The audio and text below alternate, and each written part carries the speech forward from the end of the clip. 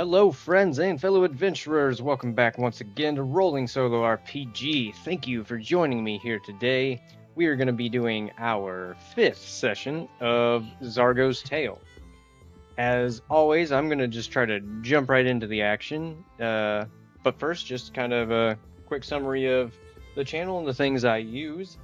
I do use Pathfinder 2nd Edition, their remaster for our rule set. I use Herolabonline for our character sheet, keeping track of all our hit points and hero points and fun stuff like that. I use Mythic GM Emulator 2nd Edition for all our oracles and our tables that we roll on for our inspiration. We got Roll20, boom, right there in the middle for all visual effects, battle maps, things of that nature. And then in the background, I have Spotify playing some royalty-free music, so avoid any future problems there. And with all that out of the way, let's jump right back to where we left Zargo and Vega. Now, in our last episode, we left them in the middle of the street after they had just investigated the body of the person that spotted them investigating the entrance to the sewers where our rat folk barkeep over at the skull gave us a tip leading to this sewer, which is where she told us that the gnomish man Amari, this is where he has his lair. And the reason we are investigating him is because he has been issuing some contracts for assassinations that have been interfering with the barkeep Finch's customers, therefore digging into her pocket. So she wants that problem taken care of. We want this problem taken care of because, of course, our heroes are city guards. So that led us to there. I did a little bit of bookkeeping off camera at the end of last session. So our new scene, we ended that scene last time. Our new scene, we're just going to finish out the day. Zargo and Vega determined that they weren't going to find anything else more about this body. So they are going to return to the guardhouse and issue a cleanup for the remains of the body that was attacked by the dogs. If none of that makes any sense, please go back and watch the previous episode. It'll all kind of come together a little bit, hopefully. So our new scene is going to be finish out the day. They agreed to just finish out the rest of their shift because they are going to go back and investigate the sewer entrance, which I did go ahead and mark on the map. Now, if you were paying attention to the previous episode, I said that the Tavern of the Skull was up in this area, and I changed that, tweaked it just a little bit. I'm trying to fill out this map a little bit more. So I figured a better place for the Tavern of the Skull would be down here, kind of in this little peninsula between the two docks here. That'd be a good place for all the pirates and the all the ship workers, dock workers, everything to come and relax for the day. That'd be a good spot for a tavern, I thought. But up here where we originally were going to put the skull, that's where the sewer entrance is that they discovered last time. So at the end of the day, they're going to go back there and investigate that because they know Amari is most often in the skull at the night doing it's more or less his office unofficially. So new scene is finishing out the day. We are going to roll to test the scene. Our chaos factor went up because I felt that our players were not in control of the last scene. They did chase the target down, but they were unable to catch the target in time before the dogs attacked and dismembered this poor person. So we're going to roll our d10 to find out the results. A 7. Okay, our chaos factor is 6, and that is a 7, so it is above. So this is going to play out as expected. Nothing major is going to come up of it. They're going to finish out their day. They're just going to kind of like walk the beat, keep an eye out for any normal day-to-day crimes that could be happening. So we'll just quickly ask the fate chart. Is the rest of their day interrupted at all? I know I've just like tested to interrupt the scene, and this is technically doing the same thing, but it's a different twist. So, fate chart is the rest of their day uneventful. Is the rest of their day uneventful? 03, that's an extreme yes. So they have a very boring day. They walk and walk until the sun starts to set, and that's about the ending of the first shift, sunset, and then the next shift comes in and takes over after that. So they finish out the day. They go back to the guardhouse once again. Now today is Sunday in this world, so the end of Sundays is payday for the guards. That's just kind of obviously something I made up. Everything is something I made up. So we are going to take care of that. Zargo and Vega go in. They kind of like clock out, quote unquote. They go to the person in charge of keeping track of hours and payroll and all that. And each of them get their pay. So Zargo, they both were just recently promoted. So their pay did go up a little bit. They don't get any bonuses or anything special like that. Okay, I have their pay added into their pockets. Vega makes about 1.5 gold a week, and Zargo makes about 2.5 gold a week just for their new promotions. So all that is entered, and we are ready to continue. Zargo and Vega now, after they clock out, get their pay, put it in their little coin pouches. They both are going to do a little bit of overtime, some off-the-clock work. They are going to go to the skull. They enter the doors and they pick a spot at the bar and have a seat, lying in wait for their target to come in and continue his daily routine so they know where he is at, so that they will be free to go and investigate the sewer system and hopefully find his lair and figure out something either about him, how to stop him, or some of the sorts we don't know yet, and that is the fun of it.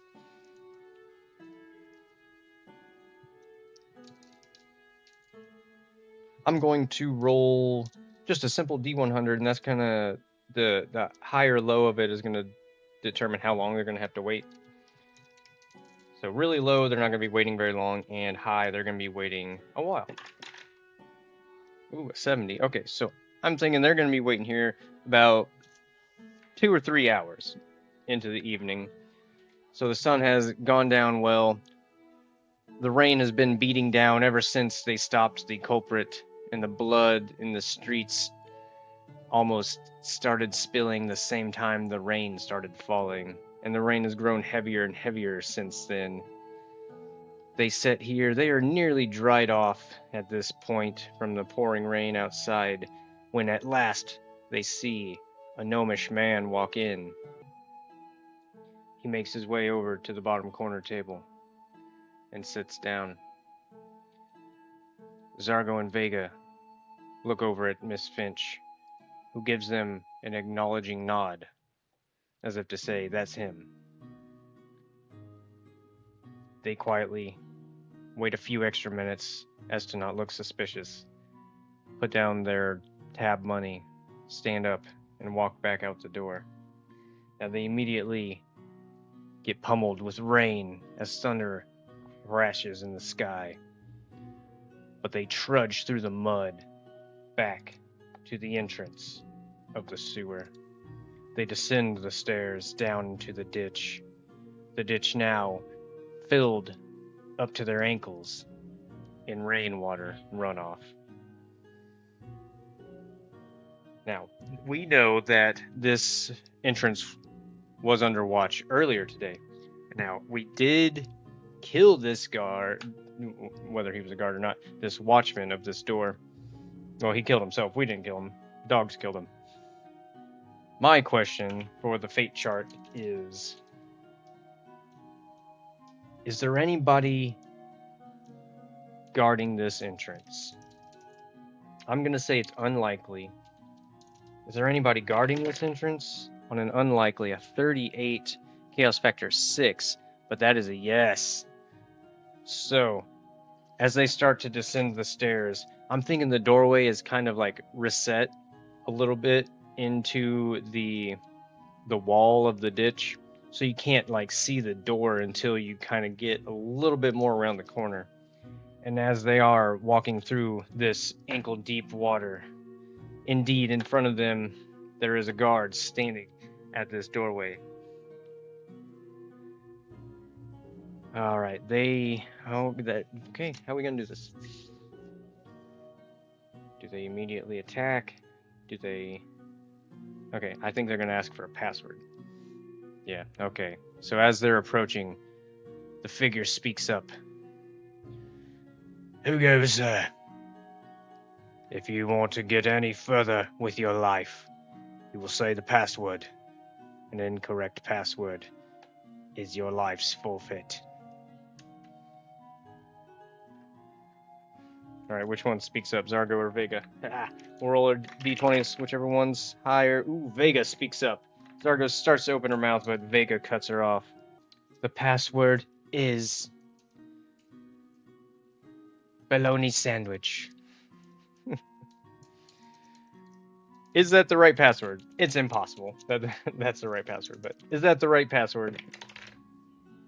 Impossible. That's a 67, so no. At a chaos factor of 6. That is not the right password. That wasn't even a good guess. So we are going to go into battle. Alright, so we prepare for our first actual combat of this entire series. So, Zargo and Vega made their way down, and they approached this man who stepped out of the shadows, out of the doorway here that leads into the sewers. And he called them on their bluff of the password. So now we are going to roll initiative. This should be a fairly even battle. Actually, I mean, there's only 2 players, and this is a creature level 1, so technically by Pathfinder rules. Yeah, so this should be a moderate fight for them. I think it's probably going to go pretty easy for them, but we are about to find out. Alright. Initiatives need to be rolled.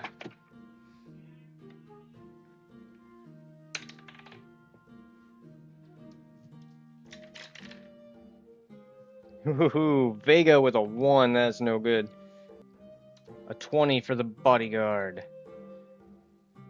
Vega's got... I'm pretty sure an 8. Yep. 8 for Vega.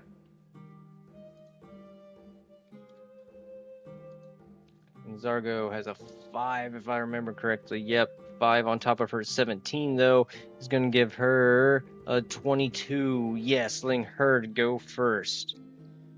So we got Zargo at the top of the initiative order. This is pretty good. All right. So, starting out.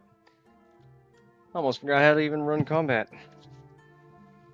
Zargo's turn. Her first action, she is going to... I don't think they had their weapons drawn, so I think her first action, she's going to draw her bastard sword. She's gonna 5-step into the water. This is gonna be difficult to train, so that's 10 foot of movement, 20 foot of movement to get up. She sloshes through the water to get up to him.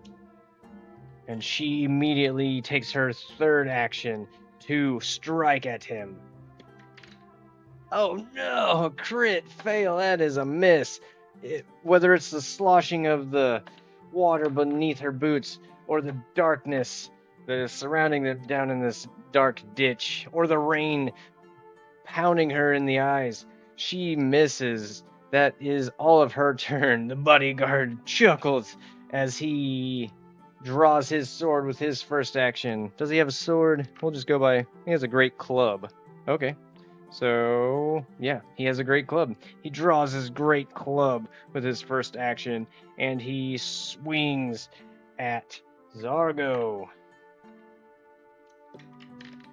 Oh, a 2 plus a 7 is a 9. He misses.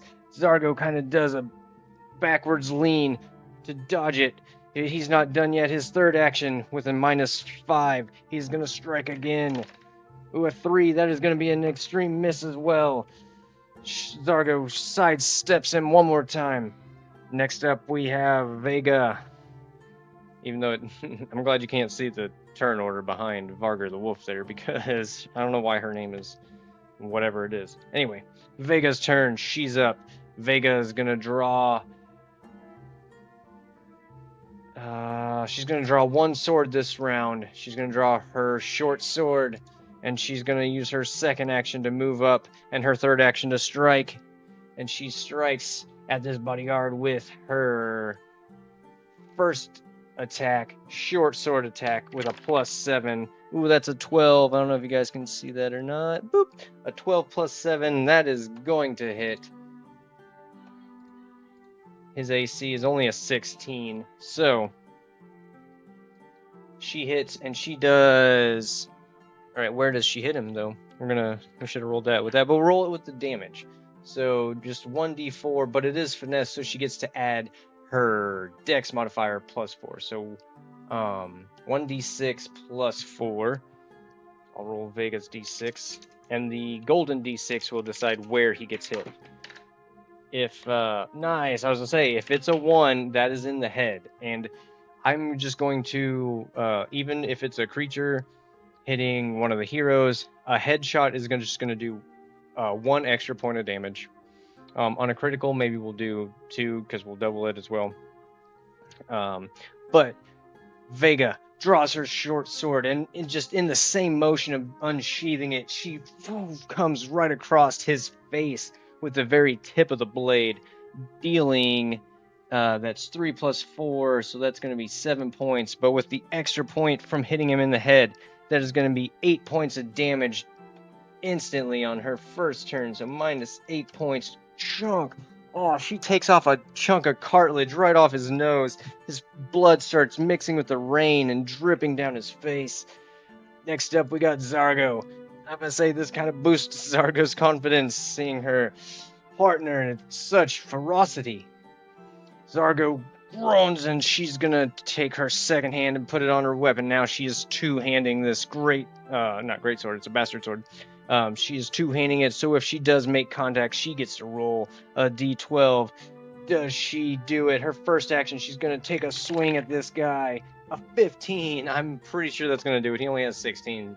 But just to see, I don't think it's gonna crit. Ooh, she does have a +9 though. At level 1, that +9 is awesome. But no, that's gonna be a 24, which is not gonna be a crit. But either way, she does get to do her d12. Where does she hit?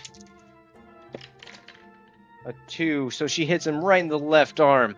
She kind of swings from her right side into his left arm, dealing 10 points plus her 4 points for her strength. Ooh, 14 more points of damage. She cleaves into the muscle, and she can feel the sword hit bone as he takes 14 points of damage. Oh man, this dude is low. Alright, we are to his turn. I'm going to give him a chance to surrender, because he's not doing well. I've had a feeling this fight was going to go pretty much in our hero's favor, but that went very much in our hero's favor. So I'm going to say it is very likely on a Chaos Factor 6. Does he surrender? 44. Ooh, yes, he does surrender, and that is a random event. Okay, so random event. Let's roll to see what the random event is. Find the focus of the random event. So 44, he does surrender. As the blood is pouring from his arm, he's unable to even lift his left arm. His muscles were severed.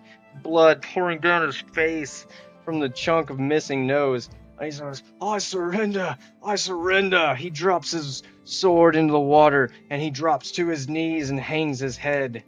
Now let's figure out what the event focus is for our random event. Event focus is 52. Move towards a thread. Now, we only have a couple threads because I'm still really new to Mythic and I'm not sure what all to put on the threads list, but we're going to move towards a thread. So, which thread are we moving towards? We're just going to roll a d4, which I don't like d4, so I'm going to roll a d8 and divide it in half. 8, so 4. So we're going to move towards the investigation of the theft here. Okay. Let's get a little bit of inspiration on how we are going to move towards the investigation of the theft. Is it going to be an action or a descriptor? I'm thinking it's going to be an action. So, action. 2 words. 95. It's going to be triumph. Okay. Triumph. And 99. There's a 9, right? Yeah. 99. Work. Triumph and work. All right. Okay. As he kind of drops to his knees, he's like, you have bested me. I surrender.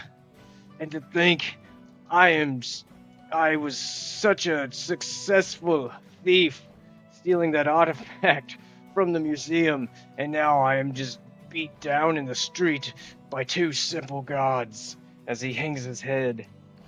So instantly this clicks, because obviously, if you've watched any of the other episodes, that was the entire initial investigation that launched this whole thing. So I'm just going to roll with that. Awesome. So we are out of combat now as this man surrenders, drops to his knees. Zargo speaks up. What do you mean? You were the one that stole that object from the museum. Where is it now? Tell me, or I will finish you off here. Does he tell her? I'm gonna say it's nearly certain. Chaos factor 6, nearly certain. Does he tell her? 46, yes he does. He admits, yes, I did steal it. It was me. And what I did with it, I will tell you now, as you roll on a table to figure out what I did with it. 02, active. This might not help us. Active and 18, and creepy. Active and creepy. Okay. Active and creepy. Now, our investigation led us to a mortuary in the beginning, so I'm going to take active and creepy as that is where he hid it. So we must have overlooked something when we were investigating in the mortuary. So he's, I hid it in the mortuary that night that I stole it. I placed it behind one of the shelves in a loose stone in the cobblework. And there is where the pickup was supposed to take place. But the person, my contact, who was supposed to pick it up, never dropped the money, so I never gave the location of the item. So Zargo's thinking that it's still going to be there. But what are they going to do with this guy now?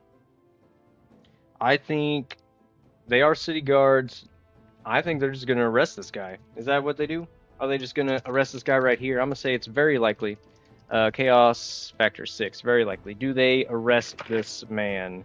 Ooh, 02 extreme, yes. Oh, yeah. Vega already has the manacles out. She brought them with her, and she is cuffing the man as he's putting up no resistance whatsoever. He couldn't if he tried to anyway. She kind of like, as she pulls on his left arm, he groans in agony of the pain, and she shackles him up. I think they are going to escort this guy to the guardhouse right away before they even go to investigate this. So they do. Rain still pounding down, thunder rumbling in the skies above. They make their way through the muddy, sloppy, puddle-filled streets until they reach the cobblestone that the road of the guardhouse is on, because it kind of makes way to some pavement because it's one of the more main thoroughfares of this city. Where am I going to? No, we're going to this. There we go. Cool. All right. So Zargo and Vega make their way here with the bodyguard in tow, and he only had, I think, 3 hit points. Not that it really makes a difference, but boom, 3. They're pushing him in front of them ahead. They make their way up into the doors, past the secretary at the desk. They make their way over. They fill out the. They talk to the jailer here, and they fill out the proper forms. They throw him in a cell, and he is gonna sit there. They finish up with a little bit of paperwork they need to do on him. They take his name, quick statement, yada yada yada, generic cop stuff. So I'm thinking that would be a perfect place to stop. They have just arrested this guy, got him in his jail cell, and they are going to go back and continue to investigate the... so they finished out the day, and we rolled...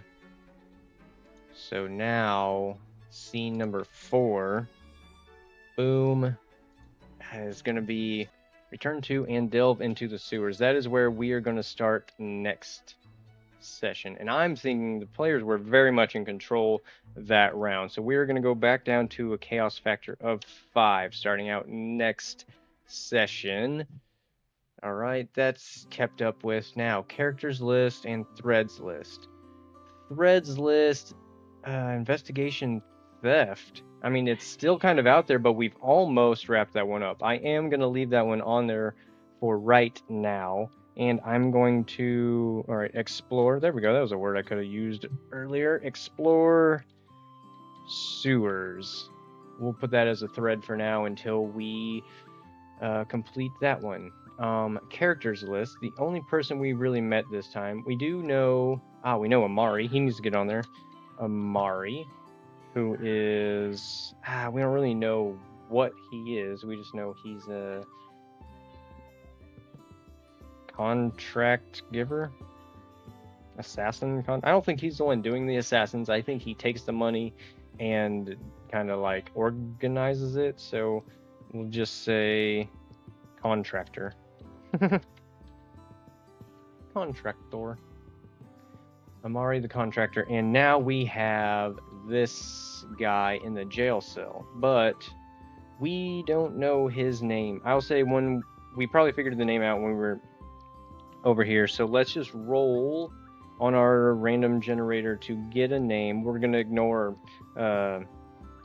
the sex and all that. Oops, wrong button. New NPC. All right, so actually we'll go with this. We'll say it was a male though, just because the way I portrayed him. He was a male. His name is Drew, D-R-U-E, Drew, and he is a dwarf. So, Drew the dwarf, and he was the bodyguard. D-R-U-E, dwarf, bodyguard. Dwarf bodyguard. Cool. All right, and that does that. That does that. So that's the end of our session bookkeeping. I think we're just gonna stop her there. That was a combat success and a little bit of forward progression in our quest. So awesome. Thank anybody for watching this on YouTube. Thank you for anybody watching the stream. And I will hopefully see any and all of you next time. Barger thanks you for your attention and your attendance. And we will see you again next time. Goodbye.